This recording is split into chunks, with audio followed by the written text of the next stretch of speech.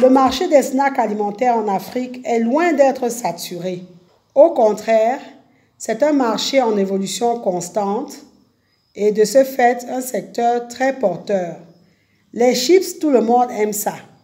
Ce sont les meilleurs alliés des apéritifs et des encas pas chers et on peut les réinventer à l'infini. Initialement, le mot chips fait référence aux pommes de terre. Il s'agit en effet de minces rondelles de pommes de terre frites et croustillantes. Mais actuellement, on a décliné le mot chips à d'autres produits. Il existe par exemple sur le continent des chips assez connus qui sont des chips de plantain. Dans cette vidéo, nous souhaitons vous parler des chips d'autres tubercules comme les chips de taro, les chips de macabo, les chips d'igname, les chips de manioc. Le principe est le même pour toutes ces chips-là. Et d'ailleurs, c'est le même principe que pour les pommes de terre. En effet, manioc, taro, igname, macabo sont des tubercules pouvant être transformés en chips. Ceci non seulement pour les valoriser, mais également pour réduire les pertes post-récolte. Aussi, pour arriver à mettre en œuvre une telle entreprise, il faudrait au préalable vous assurer de la disponibilité continue de la matière première. C'est pourquoi, soit vous cultivez vous-même vos tubercules, soit alors vous vous arrangez à trouver des agriculteurs qui vous garantissent une livraison continue afin que vous n'ayez pas de rupture de stock. De plus, il faudra identifier pour le produit que vous choisissez, pour le ou les tubercules que vous souhaitez transformer, il vous faudra donc identifier la variété qui vous garantira un résultat final satisfaisant.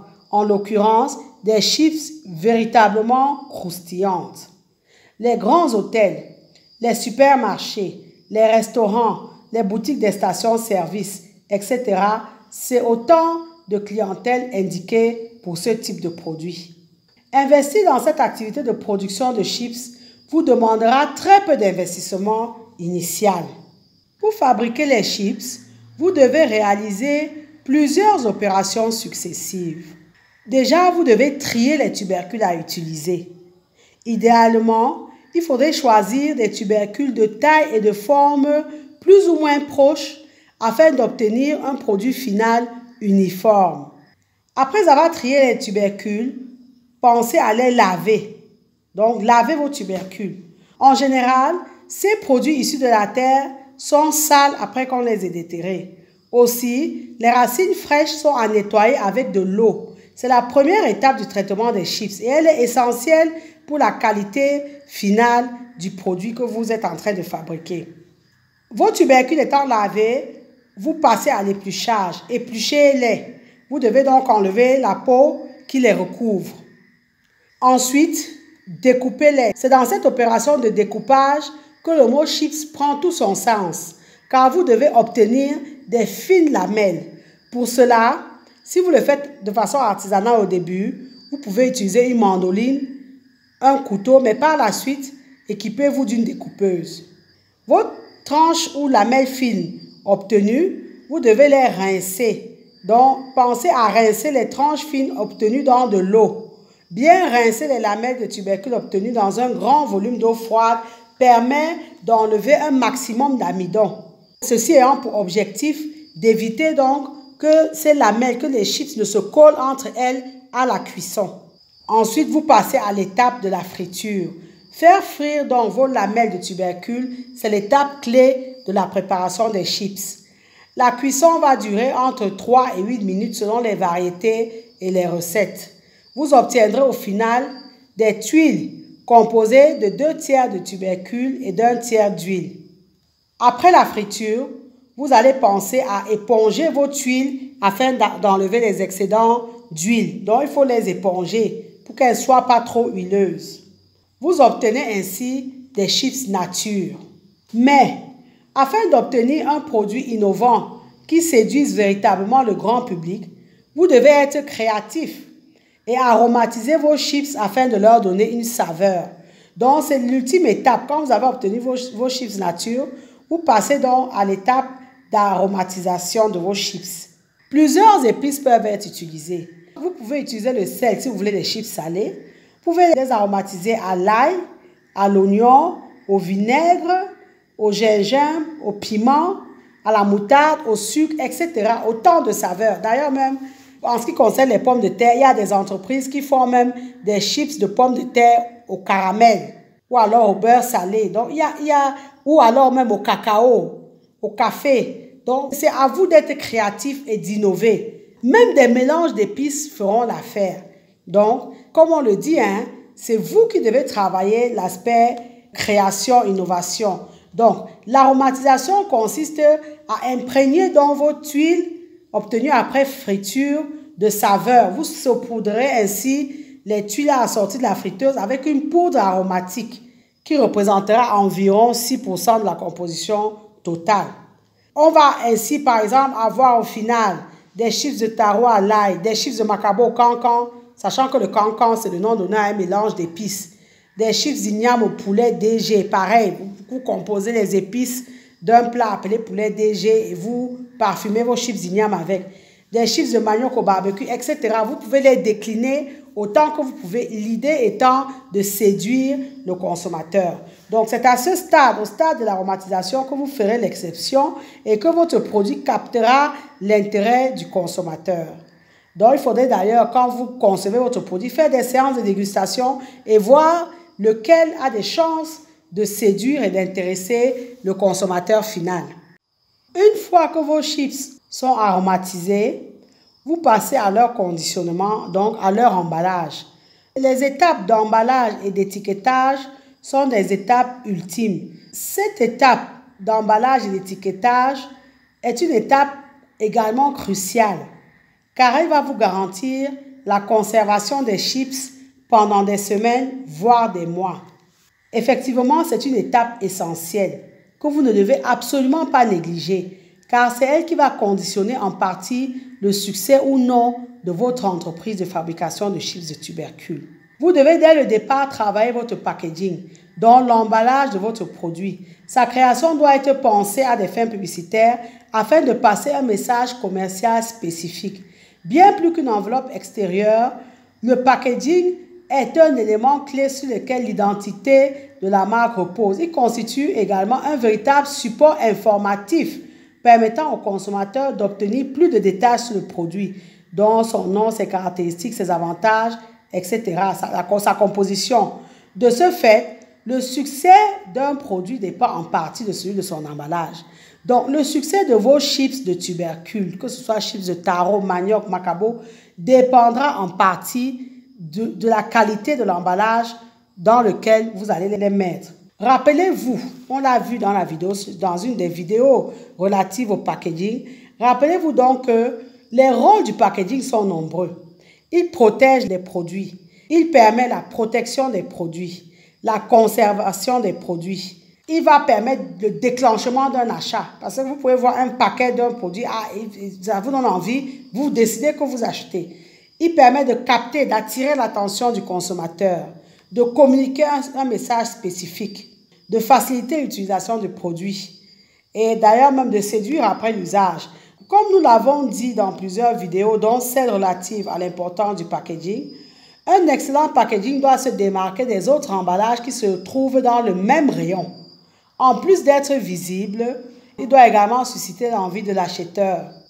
En ce qui concerne la conservation, il faut savoir que les industriels occidentaux, pour permettre la consommation de leurs chips pendant plus de 6 mois sans ajouter aucun conservateur, ils remplacent l'air des paquets par de l'azote. L'azote permet de ralentir les réactions chimiques. Comme on vient de le voir, le processus de fabrication des chips de tubercules en lui-même est très simple. Les matières premières utilisées sont les tubercules, que ce soit le manioc, que ce soit l'igname, le macabo ou le taro. Donc, vous allez choisir vos tubercules et vous allez avoir besoin d'huile. Donc, ça, c'est essentiellement les matières premières de base. Bon, par la suite, pour ceux qui le veulent, si vous ne faites pas les chips nature, vous allez utiliser les aromates. Ce process peut d'ailleurs être entièrement fait manuellement, de façon artisanale. C'est pourquoi on le dit, c'est simple.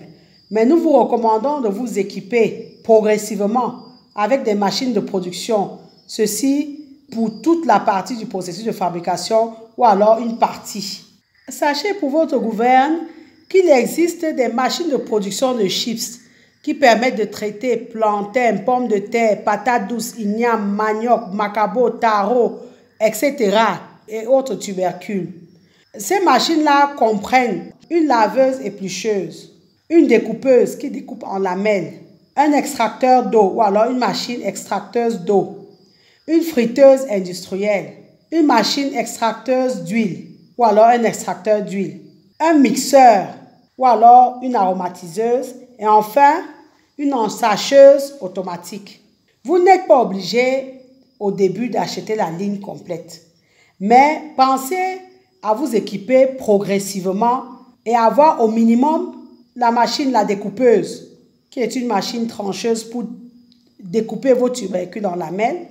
Pensez à vous équiper d'une friteuse pour la cuisson et d'une ensacheuse, donc d'une machine pour emballage, donc pour la mise en place de l'emballage et de l'étiquetage.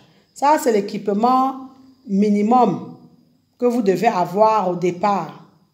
D'accord, c'est facile de fabriquer, mais il y a beaucoup d'éléments qui vont avoir un impact sur la réussite ou non de votre entreprise de fabrication de tubercules.